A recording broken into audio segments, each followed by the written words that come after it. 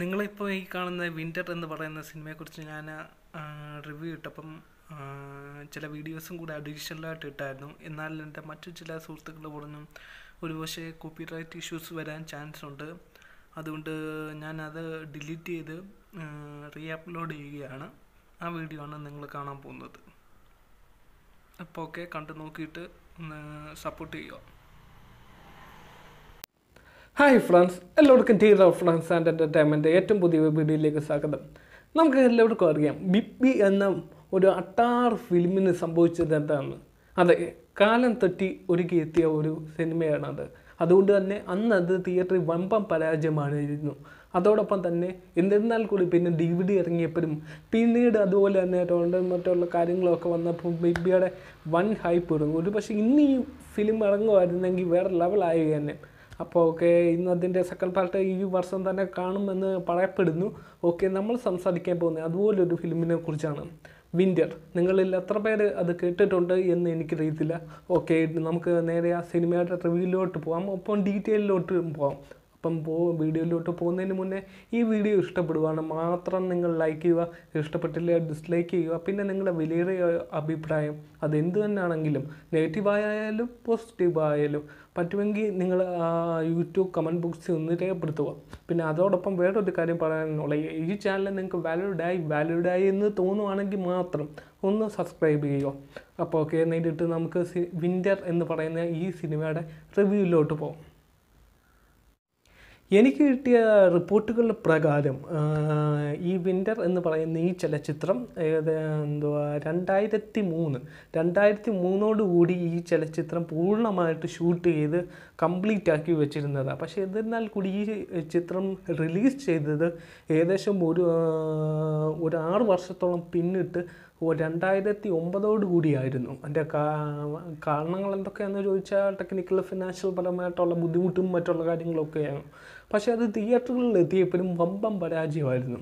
എന്ത് പറയാനാണ്, ബിഗ് ബിക്ക് സംഭവിച്ചതുപോലെ. അപ്പോൾ ഒക്കെ ഇതിൻ്റെ അനലൈസ് ചെയ്യാം. എന്താണ് ഈ ചലച്ചിത്രം, ആരൊക്കെയാണ് ഈ ചലച്ചിത്രത്തിൻ്റെ പിന്നിൽ പ്രവർത്തിച്ചത്, എന്തുകൊണ്ട് ഞാൻ ഈ ചലച്ചിത്രം നിങ്ങളുടെ മുന്നിൽ പ്രസൻറ്റ് ചെയ്യുന്നു, അതിനെക്കുറിച്ചുള്ള ഒക്കെയുള്ള ചെറിയൊരു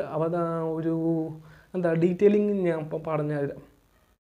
ഒരു പക്ഷേ മലയാളത്തിലെ തന്നെ പല ഹൊറർ ഫിലിംസ് ഇറങ്ങിയിട്ടുണ്ടെങ്കിൽ ഈ ഒരു കാറ്റഗറിയിലുള്ള ഹൊറർ ഫിലിംസും അന്നുണ്ടായിട്ടുണ്ടോ ഇന്നുണ്ടായിട്ടുണ്ടോ എന്ന് ചോദിച്ചാൽ എനിക്ക് പറയാൻ സാധിക്കില്ല. കാരണം മലയാളത്തിലെ ആദ്യത്തെ സൈക്കോപാത്തുള്ള ഒരു ഫിലിമായിരുന്നു അത്. കാരണം ഇതിൻ്റെ ഫിലിമും മേക്കിങ്ങും ക്യാമറ, പ്രത്യേകിച്ച് എടുത്ത് പറയേണ്ട ക്യാമറയും ഡയറക്ടേഷൻ ലെവലുമായിരുന്നു.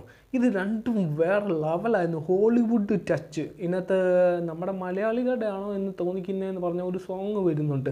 ആ സോങ് ഒഴിച്ച് നിർത്തുവാണെങ്കിൽ ഒരു കറക്റ്റ് ഒരു അന്നത്തെ 2003 ടെക്നോളജി യൂസ് ചെയ്ത് അവർ എടുത്തിട്ടുള്ള ആ സൗണ്ട് മിക്സിങ്ങും ബാക്കിയുള്ള കാര്യങ്ങളും എടുത്ത് അവരുടേതായ രീതിയിൽ അവർ കൊണ്ടുവന്ന ആ ഒരു ടെക്നോളജി വെച്ച് നോക്കുവാണെങ്കിൽ എൻ്റെ പൊന്നോ എന്നാ ഹൊററാണെന്നറിയോ. ഹൊററെന്ന് പ്രത്യേകിച്ച് ഇത് ഹൊററെന്ന് പറയുന്ന ഒരു കാറ്റഗറി എന്ന് പറഞ്ഞാൽ പ്രേതം വന്നു അങ്ങനെ വെച്ചു ആ ഒരു ഫീലിംഗ് അല്ലേ നമുക്ക് വരുന്നത്.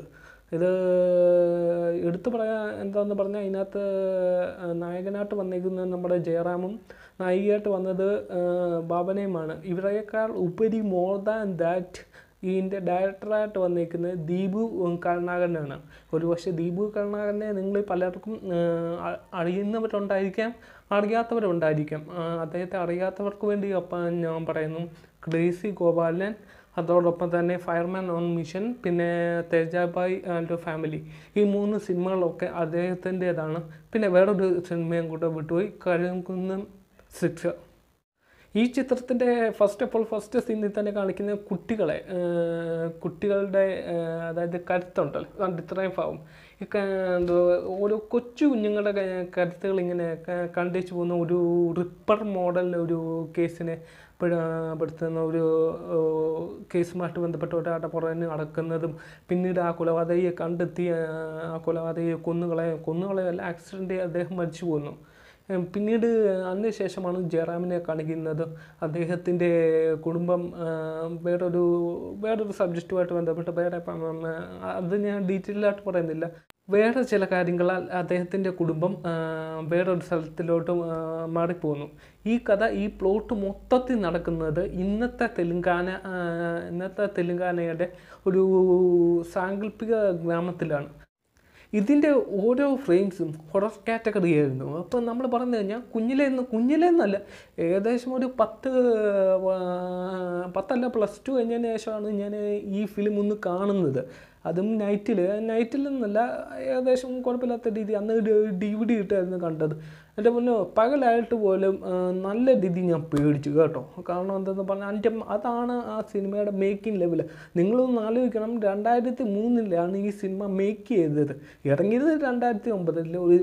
ഒരു പക്ഷേ ഇന്നാണ് ഈ സിനിമ ഇറങ്ങുന്നതെങ്കിൽ, ഒരു പക്ഷേ ഡിജിറ്റൽ ഫോർമാറ്റിലാക്കി ഇന്ന് ഈ ഫിലിം ഇറങ്ങുമായിരുന്നെങ്കിൽ നമുക്ക് എല്ലാവർക്കും അറിയാം, ജയറാം എന്ന നടൻ്റെ കരിയർ ഇപ്പം താഴ്ത്തുകൊണ്ടിരിക്കുകയാണ്, വളരെ താഴ്ന്നായിരുന്നു. അപ്പോൾ ഒരു പക്ഷേ ഈ സിനിമ ഇന്ന് ഇറങ്ങുമായിരുന്നെങ്കിൽ ജയറാം വേറെ ലെവലായതിന്.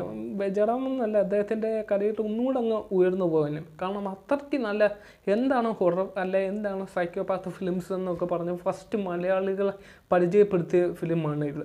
അപ്പം നിങ്ങൾക്ക് എല്ലാവർക്കും, നിങ്ങൾ ഭൂരിഭാഗം ആൾക്കാരും ഈ സിനിമ കാണാത്തവരാണ്. അതുകൊണ്ട് തന്നെ ഒരു സിനിമാ പ്രേമി എന്ന നിലയിൽ നിങ്ങൾക്ക് ഈ സിനിമ കാണാൻ വേണ്ടി ഞാൻ എൻ്റെ കമൻറ്റ് ബോക്സിൽ ഈ സിനിമയുടെ യൂട്യൂബ് ലിങ്ക് ഡിസ്കഷനിൽ കൊടുക്കുന്നില്ല, ആരും കാണത്തില്ല, കമൻറ്റ് ബോക്സിൽ പിൻ ചെയ്ത് വെക്കാം. നിങ്ങളെല്ലാവരും അതൊന്ന് പോയി കാണണം. 111 മിനിറ്റ് ഉണ്ട് ഈ സിനിമ മൊത്തത്തിൽ. അതായത് 1 മണിക്കൂർ 51 മിനിറ്റോ അങ്ങാണ്ട് സംതിങ്. 2 മണിക്കൂർ കഷ്ടിയില്ല. ഒരു ഹോളിവുഡ് ലെവല്, നിങ്ങളൊരു ഹോളിവുഡ് ലെവല് പ്രതീക്ഷിച്ചിരുന്ന് കണ്ടോ. വലിയ താരനിരയൊന്നുമില്ല ഈ സിനിമയിൽ. ജയറാം, ഭാവന, അതോടൊപ്പം തന്നെ മനോജ് കെ ജയന്, പിന്നെ TG രവി, ബാക്കി കുറച്ച് സീരിയൽ ആക്ടേഴ്സ്, ഇത്രയും പേരേ ഉള്ളൂ. പക്ഷേ സിനിമ വേറെ ലെവലായിരുന്നു. ഒന്നും നോക്കേണ്ട ആവശ്യമില്ലായിരുന്നു. ഞാൻ പെയിൻ ചെയ്തിട്ടുണ്ട്.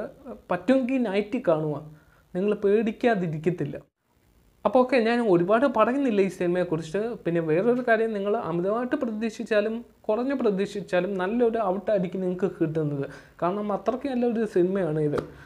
എനിക്ക് അഭിമാനമല്ല, ഉറപ്പോടെ പറയാൻ നൽകും, ഹൊറർ ഫിലിംസ് അല്ലെങ്കിൽ മലയാള സിനിമകളെ സ്നേഹിക്കുന്നവർക്ക് ഇത് കണ്ടിരിക്കാം.